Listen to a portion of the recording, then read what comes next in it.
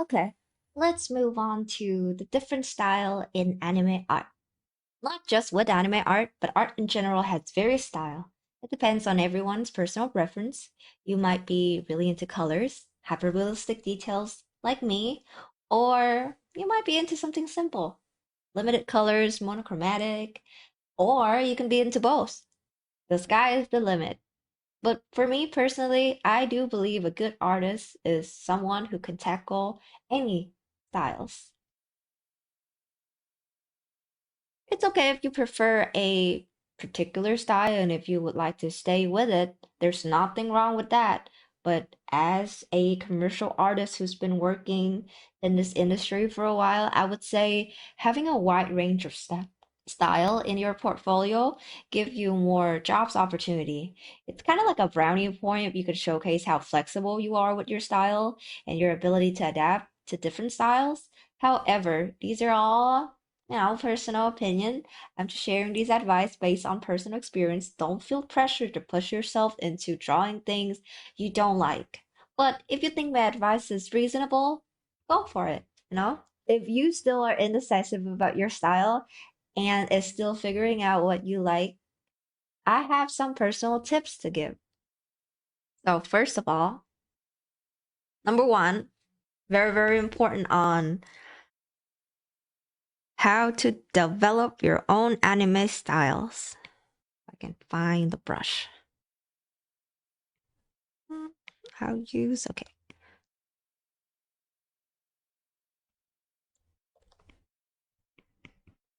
How to develop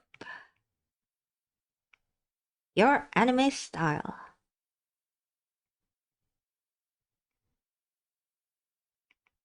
First is you have to know your basic. You can't skip the fundamental. Know your basic.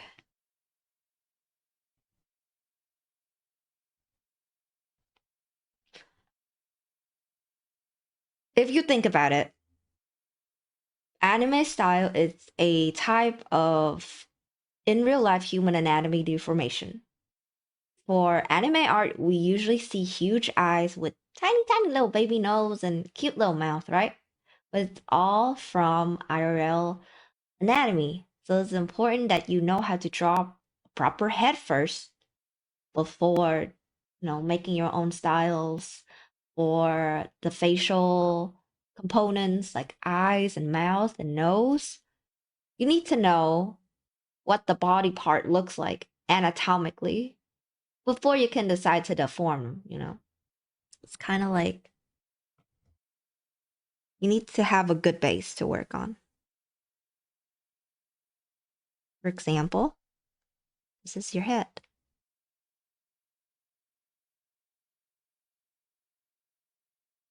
You need to at least know how to draw a head before putting on the eye and mouth.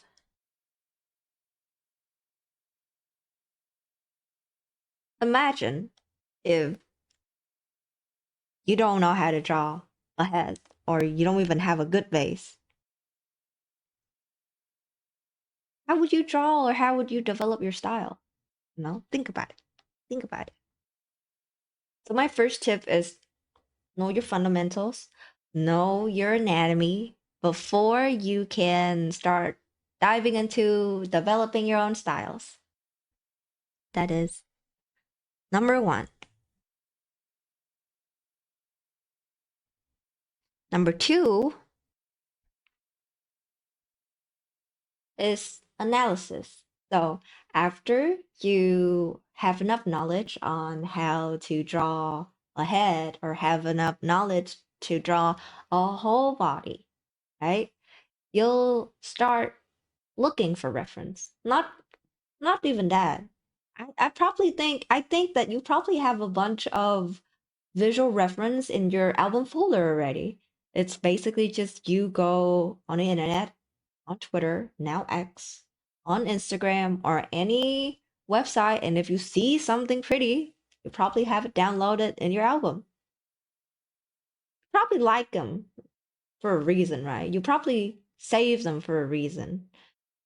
Maybe it's because the character is really pretty, or because of certain elements you really like about the art piece.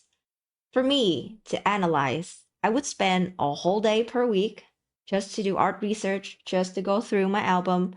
I would lay down all the best picture from my photo album and go over the best art one by one. Imagine you doing a paper on artwork analysis.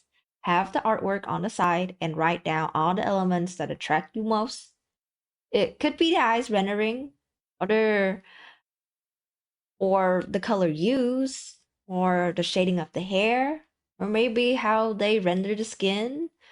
Maybe it's the overall composition, how lighting work in the piece, the overall atmosphere, or maybe it's a specific type of brushstroke you really like.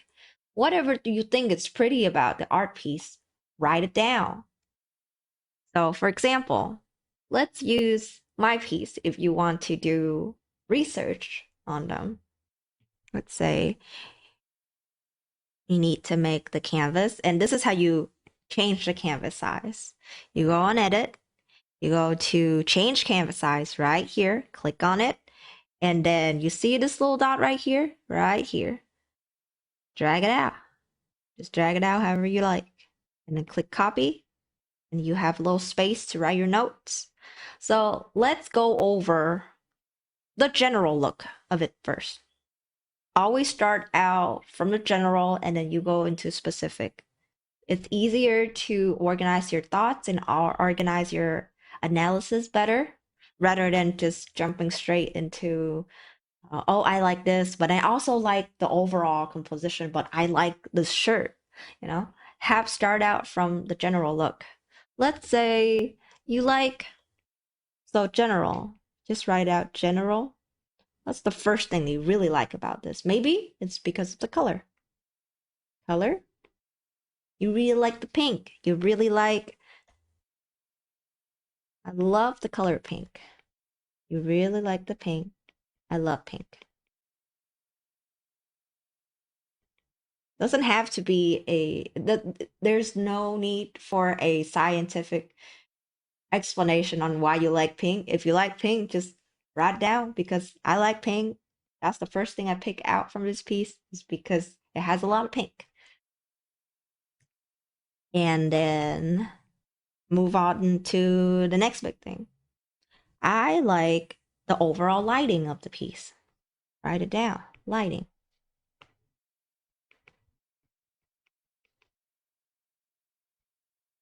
I also like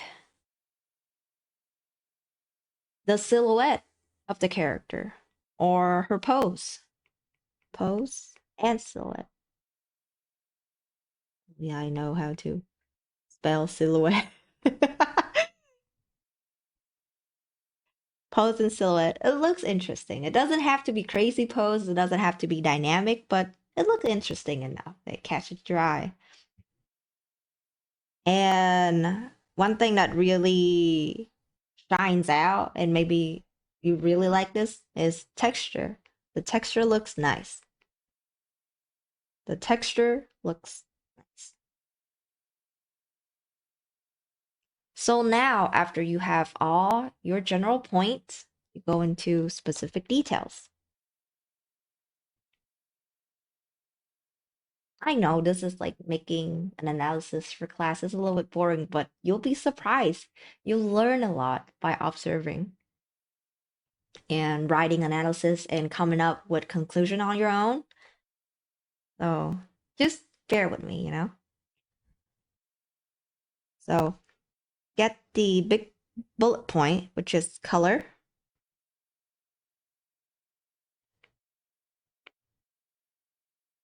You can look into this whole drawing and then focus on the color pink if you want. You can eyedropper or color pick and have the color palette out on the side if you want to use it for future use. This is a thing, and this is just my personal opinion, but no one owns a color. No one can say, "Oh, you're using the same color as me." They probably use the same color as someone else. No one owns color. So if you think a piece of artwork has beautiful color harmonies, and if you want to study it on how they use the color, get the color pick outside and try to understand why they use this color.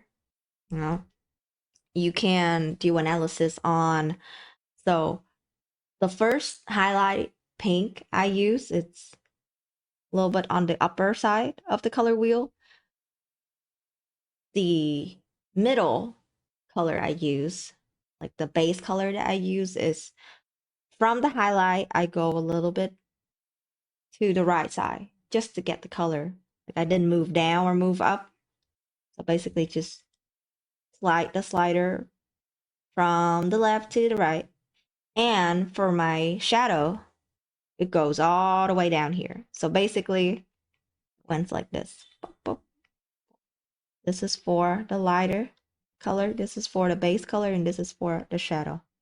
You can use this technique next time if you do analysis or if you're shading anything for your own personal piece. If you're having trouble with shading or to choose the right shade for shadow or choose the right shade for highlights, this is how you do. You learn from other, analyze, and know the position of each different colors for base color, highlight, and shadow. And then if you're the piece that you're drawing, you're using, let's just say, a bluish color like this. If you want to choose a highlight, you remember how I choose my color. You move the slider to the left to get the highlight. And for the shadow, you move it down right here in the middle for the shadow. This might be a good tips. How I was able to choose the color without having a color palette or a color option next to me is because I'm so used to study other artists and I study their color pick pattern for base color, highlight, and shadow. I basically just implement that technique into how I choose my color, and as you can see, doesn't look too shabby. So that's a little pointer for color pick, right? Write it on details. You can make notes like this and write base, highlight, and shadow. And this order is related in relation to the color wheel.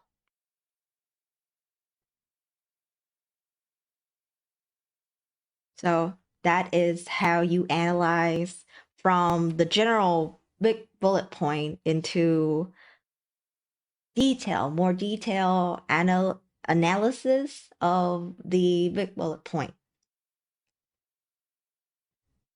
Now for lighting. For lighting, you can study the direction of the lighting. So as you can see from here, it goes from right to left. So all of this area on the right is where the light hits the hardest. When I study how other artists do their lighting, I would first of all, and color is very important. Color makes everything make sense. So I would go onto different parts. So lighting.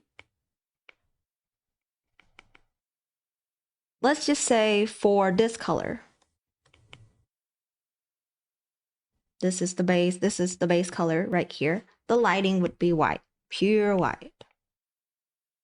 And the shading or the shadow is this color.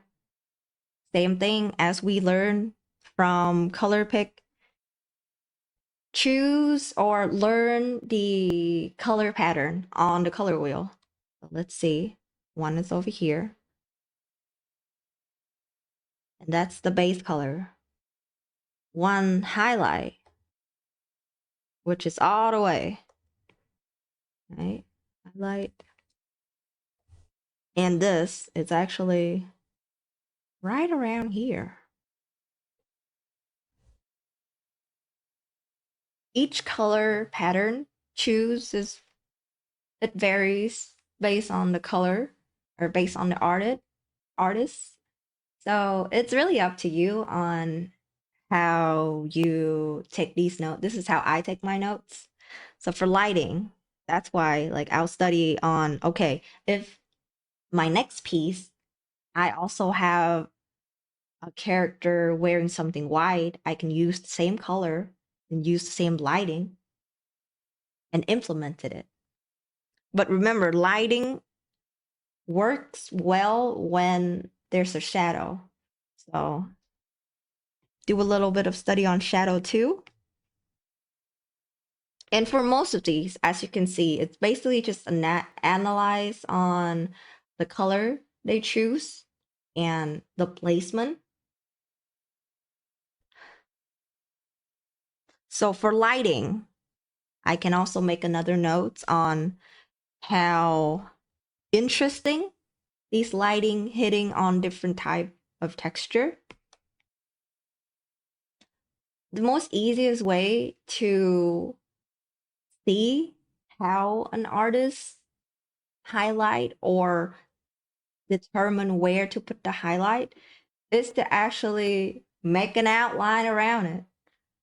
So if I were the one studying on this piece, I will actually trace on top of it. It's the easiest way. You can either trace or copy. It's really up to you. I think these two techniques are a little bit on the great zone because it's great when you're using these techniques for study purposes and only study purposes. I do not recommend copy or tracing for your artwork that you're putting on online. Let's just say if you're just using it for study purposes, that's fine. I use the same technique and I was encouraged back in school to use the same techniques is to trace and copy because sometimes it's really hard to just copy. Like I can make a copy, but sometimes it's really hard to outline the overall shape. I might as well just trace on top of it and actually study on how they put down the highlights. So I'll outline all the white area. And you can see a pattern.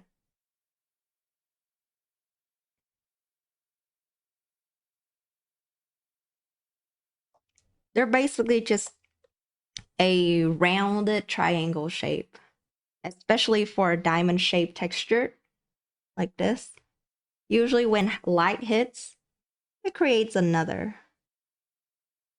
little triangle highlight.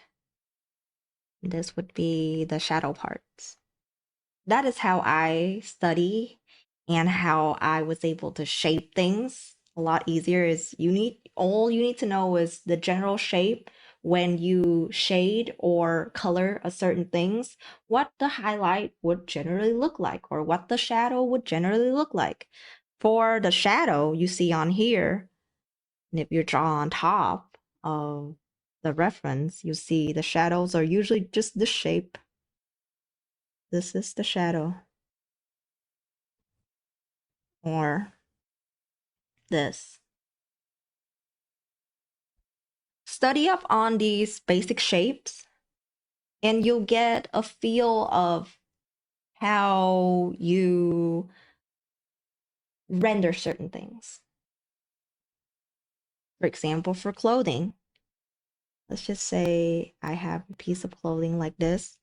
And usually for folds or for the shadow part, the darker part of the clothes, just make these shape. It's very safe and it's usually the shape of folds. just semi teardrop like. That is how I would analyze and study on the shadow. And the next thing is pose and silhouette. So pose. I would, for pose, what I would look is to see, is there a simplest way to, like, how my eyes start and where it ends. So I goes from face to the shoulder, go right down, and go down here. So the pose that they're doing, if you actually look at it, it's kind of like this. So there's zigzag in the poses. It's not just straight down, but it actually create a nice flow. Maybe I can use the same flow harmony for the pose in my next drawing. And I'll write the note down. For the next one is texture looks. And texture can go really, really detailed. Whenever I analyze on texture on different references, I would go and first of all, I see the texture. Like you need to know what denims or jeans looks like, right? And it's really hard to find the right texture for every single material out there. You can find the next best thing if you know if the texture it's rough, it's not smooth, it's very grainy. So I choose this texture because it gives me the expression of grainy and rough feels to the fabric. Also, when you study on texture, do a combination of what texture they use, the color they use for shading, same.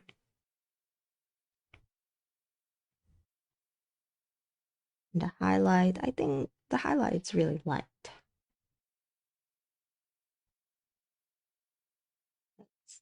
Luckily, I have the color history right next here. I don't have to color pick it again.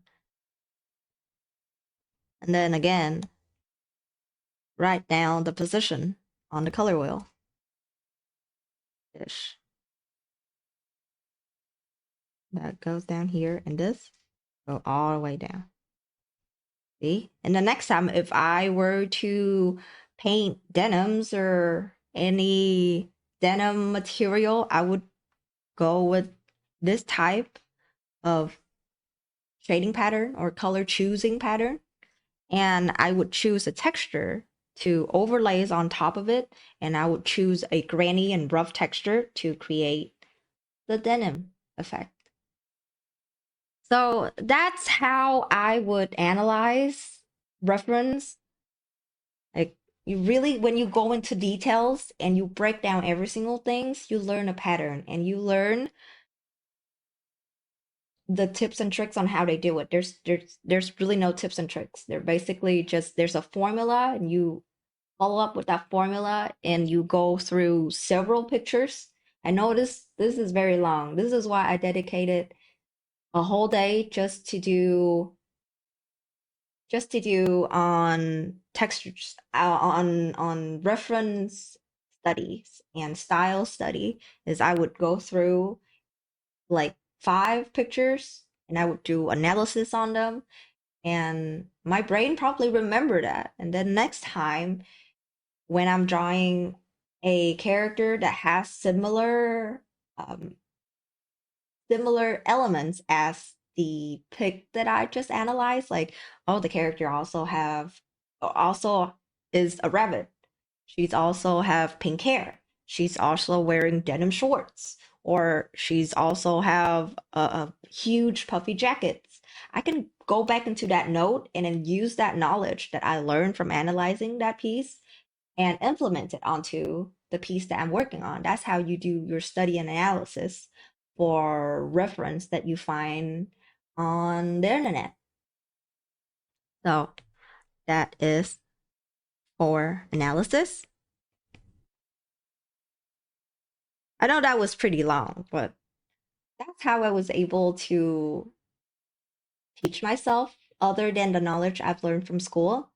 So all that I learned from school are basically just fundamentals, helping me build this.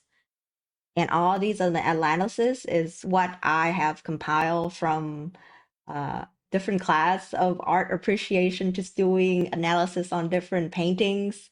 That's how I was able to get the tricks out and get the bullet points out. Because when you look at the drawing, you go, "Oh, that drawing is really pretty," but that's it. That's all you think. Maybe you're like, okay, I really like their face, or I really like the placement of their eyes, or how they shade the hair is so pretty.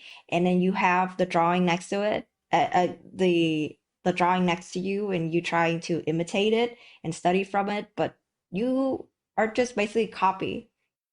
You don't really know why it looks good, right? So these in-depth analysis help you know why certain things or certain drawing looks good.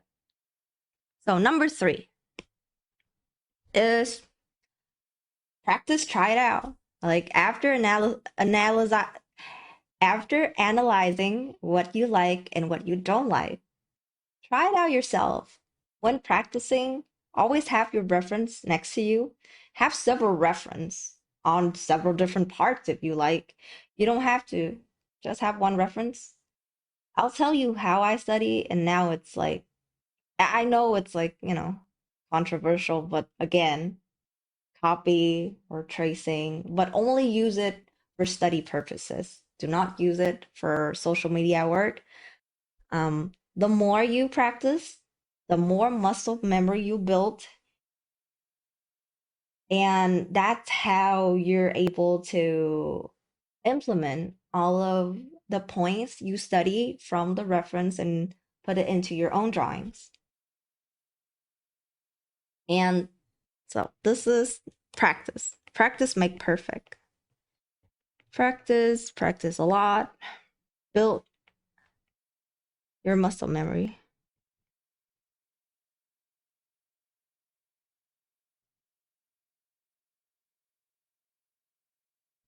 Number 4 is just expand.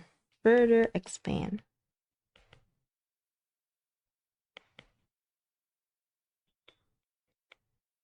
So after doing the other 3 steps for a while, you probably create something, or probably develop a uniqueness to your drawings